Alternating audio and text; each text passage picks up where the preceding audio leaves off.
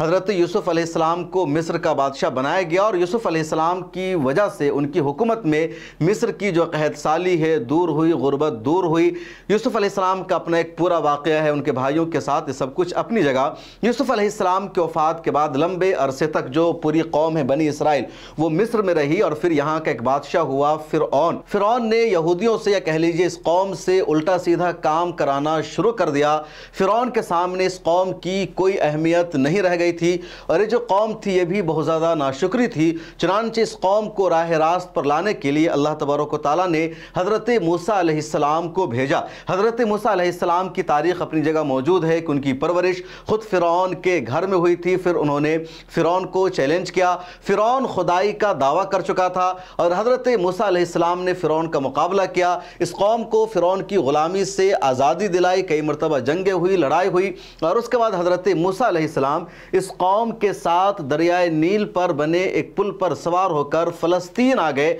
اور جب اسی پل پر فرعون کا لشکر آتا ہے تو وہ جو پل ہے زمین دوز ہو جاتا ہے، سمندر دریائے نیل میں غرق ہو جاتا ہے۔ فرعون اور اس کی جو پوری آرمی تھی، اس کی جو پوری ٹیم تھی، وہ دریائے نیل میں ڈوب جاتی ہے، اور اس طرح فرعون کے ظلم و ستم سے حضرت موسیٰ علیہ السلام نے بنی اسرائیل کو، یہودیوں کو آزادی دلائی، اور فلسطین کا جو علاقہ ہے یہاں کر کے حضرت موسیٰ علیہ السلام آباد ہو گئے، 40 سال تک یہاں رہے۔ اس کے بعد پھر اسی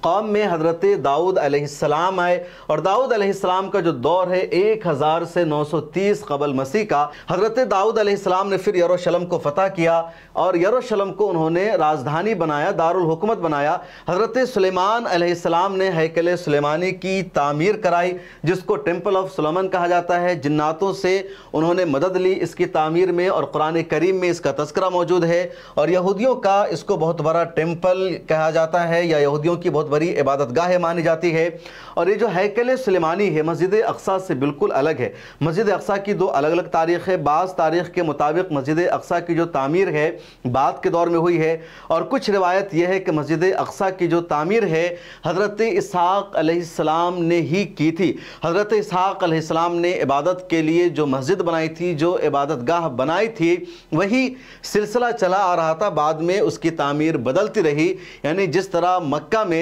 حضرت اسماعیل اور ابراہیم علیہ السلام نے خانہ کعبہ کی بنیاد رکھی تھی، اسی طرح فلسطین میں حضرت ابراہیم علیہ السلام اور حضرت اسحاق علیہ السلام نے مل کر مسجد اقصیٰ کی بنیاد رکھی تھی۔ اور حضرت سلیمان علیہ السلام نے ایک الگ ہیکل سلیمانی بنایا تھا، ایک الگ ٹیمپل بنایا تھا جو یہودیوں کی عبادت گاہ مانی جاتی ہے، تو مسجد اقصیٰ اس سے الگ ہے۔ حضرت سلیمان علیہ السلام تک جو یہودی قوم ہے یا جو بنی اسرائیل ہے اس کی حکومت تھی، لیکن حضرت سلیمان علیہ السلام کی وفات کے بعد یہ جو سلطنت تھی دو حصوں میں تقسیم ہو گئی، الگ الگ لوگوں نے حکومت بنائی، اور پھر اس حکومت کا زوال شروع ہو گیا۔ 586 قبل مسیح میں بابل کے بادشاہ نبوکد نصر نے یروشلم پر حملہ کیا، فلسطین پر حملہ کیا، ہیکل سلیمانی کو مکمل طور پر تباہ و برباد کر دیا، اور تمام یہودیوں کو نصر نے غلام بنا لیا۔ اس کو بابلی اسیری کا دور کہا جاتا ہے، اور یہاں سے شروع ہو جاتی ہے یہودیوں کی دوبارہ ذلت اور رسوائی، اور ان کی الٹی گنتی شروع ہو گئی۔ اس واقعہ کے بعد پھر دنیا بھر میں یہودیوں کی جلا وطنی شروع ہو جاتی ہے۔ یہودی دنیا کے مختلف ملکوں میں پھیل گئے کیونکہ ان کی حکومت ختم ہو رہی تھی، اور بابل والے جہاں یہ ملتے تھے ان کا قتل کرتے تھے۔ چنانچہ یہودی ایران گئے، یمن گئے، عراق گئے، یورپ کے جرمنی، پولینڈ، روس، اسپین یہ لوگ گئے، جو نارتھ افریقہ ہے جیسے مصر، مراکش، تیونس، وہاں گئے، اور وہاں ان لوگوں نے رہائش اختیار کی، اور یہودیوں کو سب سے زیادہ ٹھہرانے کا کام اسپین نے کیا۔ یہودیوں کو کئی صدیوں تک مذہبی و نسلی جبر، قتل عام اور ایگزٹ کا کہہ لیجیے خراج کا سامنا کرنا پڑا، اور اسپین میں 1992 میں نکال دیا گیا۔ مشرقی یورپ میں پوگرومس ہوئے، یعنی قتل عام ہوا کیا تھا کہ جب تک اسپین میں اسلامی حکومت تھی تو یہاں یہودیوں کو ٹھہرایا گیا، جاب میں ان کو رکھا گیا، ملازمت دی گئی، یہودیوں کی یہاں ترقی ہوئی۔ لیکن جب مسلم حکومت کا اسپین میں اندلس میں خاتمہ ہو گیا اور عیسائیوں نے اپنی حکومت بنائی،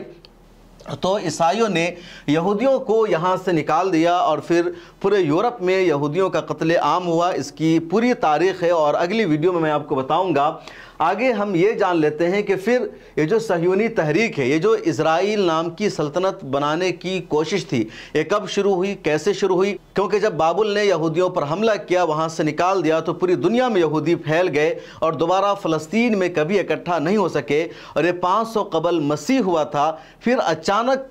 20ویں صدی میں کیسے اسرائیل فلسطین میں جمع ہو گئے، تو اس کی جو تاریخ ہے وہ دیکھیے۔ جو زیونزم ہے، جو صہیونیت ہے، اس کی ابتدا تھیوڈ ہرزل نام کے ایک شخص نے کی، یعنی صہیونی تحریک کی جو شروعات ہے تھیوڈ ہرزل نے کی، اور اس کا مقصد تھا دنیا بھر کے یہودیوں کو اکٹھا کرنا اور فلسطین میں اسرائیل نام کی یہودیوں کے لیے ایک ریاست قائم کرنا۔ اس کے بعد جب 20ویں صدی میں اوٹمن امپائر کا، خلافت عثمانیہ کا خاتمہ ہو گیا، برٹش امپائر کا فلسطین پر کنٹرول ہو گیا، دوسرے مسلم دیشوں پر ہو گیا، ادھر پہلی عالمی جنگ ختم ہو چکی تھی، پھر دوسری عالمی جنگ کی جو دستک ہے وہ سنائی دینے لگی تھی، تو اس دوران برٹش امپائر نے بلفور اعلامیہ جاری کیا 1917 میں، اور یہودیوں سے برٹش امپائر نے وعدہ کیا کہ وہ فلسطین میں اسرائیل کا قومی وطن بنائے گی، اسرائیل کو قائم کیا جائے گا، یہودیوں کو فلسطین میں ایک وطن بنا کر دیا جائے گا، یہ برٹش امپائر نے وعدہ کیا، اور دراصل اس کے بدلے میں یہودیوں نے بھاری بھرکم رقم دی تھی برٹش امپائر کو، کیونکہ برٹش امپائر کی حالت خراب ہو چکی تھی اور یہودیوں کے پاس بہت زیادہ پیسہ تھا۔ خود اوٹمن امپائر کو بھی یہودیوں نے پیسہ سے خریدنے کی کوشش کی تھی، کہا تھا سلطان عبدالحمید کو جا کر کے تھیوڈ ہرزل کے نمائندے نے کہ اگر آپ فلسطین میں اسرائیلی ریاست کو بنا دیں گے تو آپ پر فرانس کا جتنا قبضہ ہے، دنیا کے دوسرے ممالک کا جو قرضہ ہے، ان تمام قرضوں کو ہم ادا کر دیں گے۔ لیکن سلطان عبدالحمید نے انکار کیا تھا، لیکن برٹش امپائر نے پیسہ لے کر کے فلسطین میں اسرائیل کو بسانے کا فیصلہ کر لیا۔ اس کے بعد یہ دیکھیے، فلسطین میں یہودی ہجرت، یعنی فلسطین میں یہودی آنے لگے، لاکھوں یہودی یورپ، روس اور عرب دنیا سے فلسطین آنے لگے، اور عربوں نے اس پر مزاحمت شروع کی۔ عربوں نے اعتراض کیا کہ آخر کیوں یہودی یہاں آ رہے ہیں، لیکن برٹش امپائر کی فلسطین میں حکومت تھی، اس لیے یہودی یہاں آ کر بسنے لگے۔ اب یہ دیکھیے 1947 میں یونائٹڈ نیشن نے فلسطین کو 2 ریاستوں میں تقسیم کر دیا، ایک یہودی ریاست، ایک عرب ریاست، اور جو یروشلم ہے جو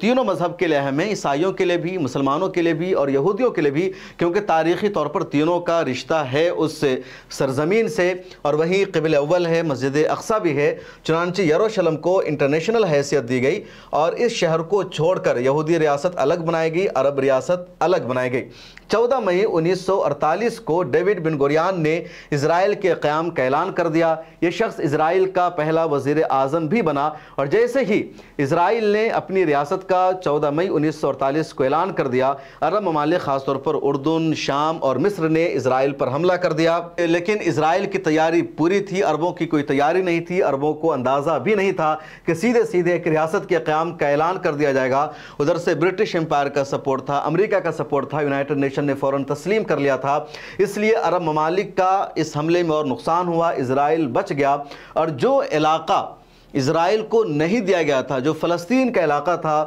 وہ بھی اسرائیل کے قبضے میں چلا گیا، اور سب سے بڑا نقبہ ہوا۔ نقبہ کا مطلب یہ ہوتا ہے فلسطینیوں کا انخلا، اور 1948 میں اسرائیل نے، یہودیوں نے فلسطینیوں پر جو حملہ کیا، اس کے نتیجے میں 7 لاکھ فلسطینی بے دخل ہو گئے، ان کو اپنا گھر بار چھوڑنا پڑا، ہزاروں فلسطینیوں کا، مسلمانوں کا قتل ہوا، پورا کا پورا ولیج، پورا کا پورا گاؤں جلا دیا گیا، گولیوں سے بھون دیا گیا، بم برسا دیا گیا، اور یہ تاریخ کا سب سے بڑا نکبہ کہا جاتا ہے کہ ایک ساتھ 7 لاکھ سے زیادہ فلسطینیوں کو اپنے ہی گھر سے نکلنا پڑا، اور اس میں اسقلان کا ایریا ہے اور دوسرے اہم ترین علاقے ہیں، اور اس کے بعد اسرائیل نے اپنی حدود کو بڑھا دیا، یعنی یونائٹڈ نیشن نے اسرائیل کو دیا تھا 54%، لیکن اسرائیل کا جو رقبہ ہے وہ تقریباً 75% تک بڑھ گیا، اور دنیا بھر سے یہودی یہاں آنے لگے۔ یورپ سے ہولوکاسٹ کے بعد یہاں یہودی پہنچ رہے تھے،